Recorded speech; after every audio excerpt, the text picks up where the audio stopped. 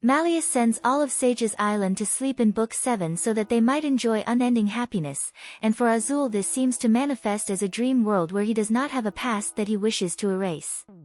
Jade explains that Azul has a cautious personality and unique magic that takes away the abilities of others, which were born from the negative emotions of loneliness, sadness, resentment, envy, etc.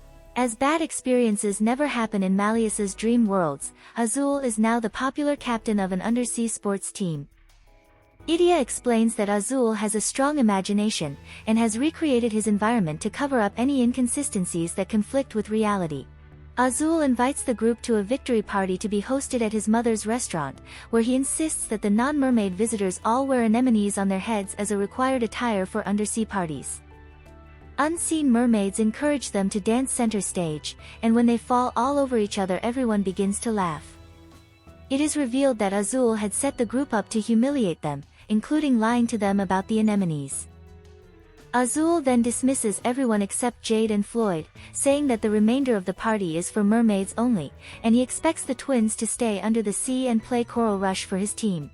The twins acquiesce by beginning to play right where they are, tearing apart the party venue. Floyd calls Azul pathetic while Jade calls him dull, nearly reminding Azul of his overblot and nearly awakening him. The mermaids of darkness populating the restaurant assure him that their friendship is forever, and if he went onto land he would be working all the time, and nothing is better than life under the sea. Azul responds that he would never go onto land and is dragged into darkness. Jade and Floyd refuse to follow after Azul to save him, even after Ortho says that Azul may never be able to wake up, saying that he chose to sink into deeper sleep on his own. Silver says that this is not the case and he was lured in, but the twins still refuse, saying that personal responsibility is the rule in Octagonal and immersing himself in pleasant dreams was Azul's own decision. Ortho says that they will be stranded in the dream forever if they do not follow, convincing them to go along. Ortho says, they come across as cold, but maybe that's just how they show faith in one another. The deeper level of the dream world seems to be an alternate timeline where Leona did not turn Azul's contracts to sand. He has successfully acquired the photo from the Atlantica Memorial Museum, which he burns, and taken Ramshackle Dorm and the unique magics belonging to Riddle and Leona. The group decides to destroy Azul's dream contracts, but they have been moved from their previous location of the safe in the VIP room. In order to get the dream version of Floyd away from Azul, Jamil calls him to basketball practice, leading it to the real Floyd, who gets rid of it. In order to get the dream version of Jade away from Azul, Jade raids a pantry of rare plants, taking several mushrooms that he supplies to Grimm and the prefect. They successfully tempt Dream Jade into leaving the lounge and following them outside, where he is ambushed by Sebek, Silver, and the real Jade, who uses his unique magic on the dream version of himself to learn where it is that Azul has moved his contracts, and then gets rid of his darkness doppelganger. The group locates the contracts, but they are being kept in an impenetrable case. They bring the case to Azul, telling him that he lost them in reality months ago, but Azul refuses to listen and sends his army of anemone students to attack them, including Riddle, Leona, Colum and Idia. Floyd deflects one of Azul's attacks onto his contracts, turning them to sand as they were in reality, successfully awakening Azul.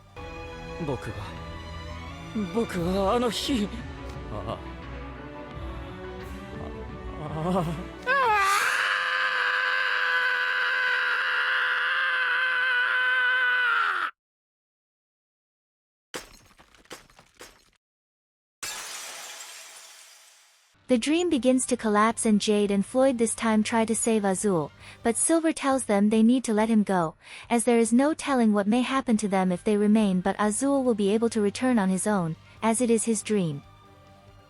In the abyss, Azul is met with the overblotted version of himself vowing to take everything from everyone who bullied him. Azul observes that the darkness Azul has become immobilized by the weight of the things he has stolen out of desperation to not return to how weak he used to be, but admits that they are the same. I'm consumed with vanity and refuse to accept who I really am. The darkness Azul is delighted by his acquiescence, saying that he will make Azul his, growing large, and ordering Azul to bow down. Azul refuses, saying, one-sided exploitation ultimately leads to massive liabilities. Unlike you, I learned that lesson. Proper compensation and fair terms are where the real profits are, and voluntarily taking on his overblot form to beat back the dark.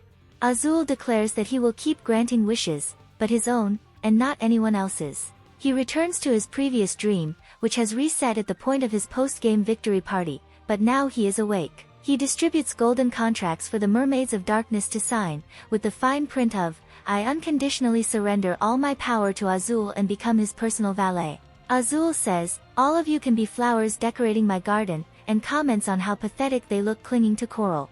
He follows with, "I'll hardly be satisfied with this. I'll lay claim to far more valuable things. Money, social standing, influence, and that's not all. I'll devise contracts to secure things of even greater value.